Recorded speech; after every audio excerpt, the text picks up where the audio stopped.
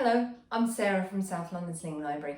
Today I'd like to show you how and when to change the seat setting, the seat size setting on your ErgoBaby Omni Breeze carrier.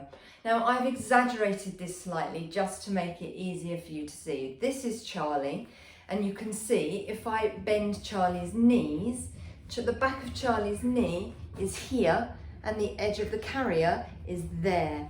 Now ideally you want your carrier just to sit nicely in the back of your baby's knee so they can bend their knees easily over the edge of the carrier and have free movement in their lower leg. It's not just in their groin and they don't have their legs hanging down. When they have their legs hanging down, it makes them feel heavier because the weight pulls down and away from you and you end up kind of leaning forward slightly, and it will hurt your back and your shoulders. So a carrier that has a wide seat that fits your baby into the backs of their knees is always going to help them feel a bit lighter. So that's what you're looking for in terms of when to change the size of the seat for your baby, when the carrier no longer sits generally in the back of their knees. So I'm going to take this off and I'll show you how to adjust it. Okay, so I've taken my carrier off, and at the waistband here there is a little label. ErgoBaby have put a little label here with suggested heights, and they're colour coded blue, yellow and red to match the colours on the waistband here. And it is a rough guide, but really what we're looking for is that spread between your baby's knees, and if their legs are longer than their torso, they may not quite fit these neatly defined height things that ErgoBaby have suggested, but you can use it as a rough guide if you want to. So once you've decided that your baby, their legs aren't quite as well supported by the edges of the carrier, you want to make it wider, all you're going to do is undo that Velcro tab and just move it along slightly. If it's been a long time and they've had a growth spurt and you haven't realised, you may end up just moving straight into the next size section. If, however, they're just a little bit too big for the newborn size, not big enough for the medium size, you can stick it in the middle. It is just a Velcro strip. So yeah, we're just going to move it out like that.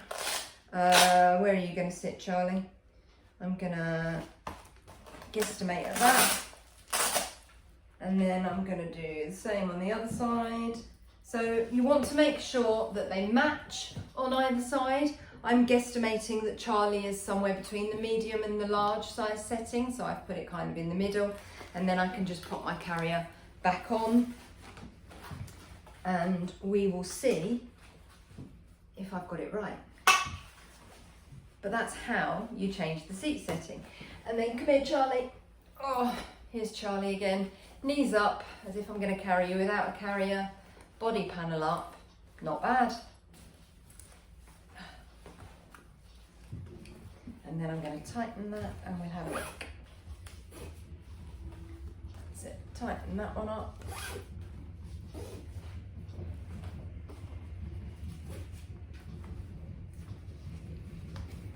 There you go. So that's actually not bad. So there's Charlie's knees, and there's the edge of the carrier. So that's a much better seat for Charlie. Charlie is now supported from the back of one knee into the back of the other knee. That will make them feel lighter because their weight will be held into my centre of gravity, won't be hanging down and pulling away from me. So there we go. Once you've got the carrier on its widest seat setting, chances are your baby's going to be either walking or heading towards walking. Once you've got a confident walker, excuse me, the seat support, because lots of people worry about hip development and having a carrier that holds your baby in the knees up, bottom down position, because it's better for their hips, and it is. Once you've got a confident walker, it's much less important. So as your baby gets huge, and I'm talking, you know, they're approaching the age of 2, you may find that even on the widest seat setting, the carrier doesn't come into the back of their knees. It's absolutely fine. You're still safe to use the carrier. When the carrier is on its widest seat setting, if you're almost 2-year-old, has the edge of the panel kind of almost to the middle of their thighs, they're still safe. They're going to start to feel heavier, but they're still safe. The minimum coverage for a carrier should be at least to the middle of their thigh, and in the height at least to their armpits. And as long as you've got that sort of coverage from your carrier, it's perfectly safe. What you'll find is that borrowing a toddler sized carrier or an adjustable toddler carrier, if you have a petite toddler, an adjustable carrier, toddler carrier, will give them that support from the back of one knee into the back of the other knee, which is just going to make them feel lighter. So if your child is starting to feel heavy in their carrier, then it could be that you need to adjust the seat. If you're already on the widest seat setting, give me a shout, send me some pictures or a little video of what you've got going on, and I'll make some suggestions. But it could just be that a toddler carrier or an adjustable toddler carrier will give them that extra support and help them to feel a little bit lighter so that you can carry on carrying them. I hope that helps. If you would like to borrow an ErgoBaby Omni Breeze or any of our other slings or carriers, make an appointment or check out our other services. You can find all the information at southlondonslings.co.uk. I hope that helps, and I'll see you soon. Bye.